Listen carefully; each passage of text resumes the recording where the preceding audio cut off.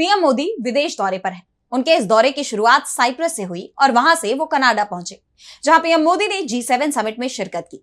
इस समिट में जिस पर लोगों की सबसे ज्यादा नजरें रहीं, वो थी पीएम मोदी की कनाडाई पीएम मार्क कार्नी से मुलाकात।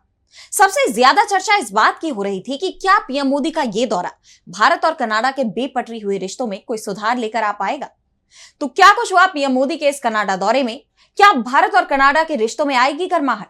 जानेंगे इस रिपोर्ट में। पीएम मोदी का कनाडा दौरा लंबे वक्त से चर्चा में बना हुआ है, क्योंकि बीते कुछ वक्त से दोनों देशों के रिश्तों में काफी तनाव देखा गया।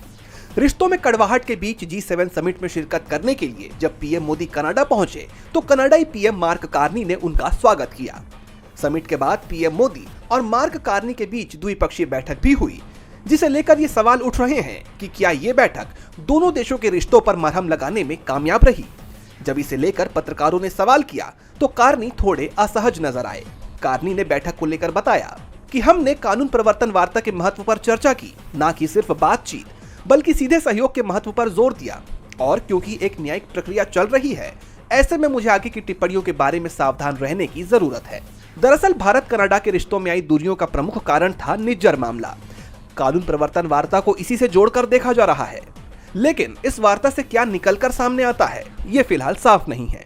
हालांकि कार्नी ने आने वाले वक्त में भारत के साथ सहयोग बढ़ाने पर जोर देते हुए कहा कि ऊर्जा सुरक्षा, ऊर्जा परिवर्तन, AI के भविष्य और आतंकवाद के खिलाफ लड़ाई में हम मिलकर काम कर सकते हैं। दोनों देशों ने हाई कमिश्नर को फिर से बहाल करने पर सहमति जताई, यानी G7 समिट के बाद अब भारत कनाडा के बीच नई शुरुआत की उम्मीद जताई जा रही है। वहीं इस समिट के इतर पीएम मोदी ने कई देशों के लीडर्स के साथ मुलाकात की, जिनमें फ्रांस के राष्ट्रपति इमैनुअल मैक्रों, इटली की PM Giorgia Meloni, German chancellor Friedrich Merz, Mexico की राष्ट्रपति Claudia Sheinbaum Pardo, Australia PM Anthony Albanese, दक्षिण अफ्रीका के राष्ट्रपति सिरिल रामाफोसा और साउथ कोरिया के राष्ट्रपति ली जे म्यूंग शामिल हैं। इसके बाद पीएम मोदी क्रोएशिया रवाना हो गए।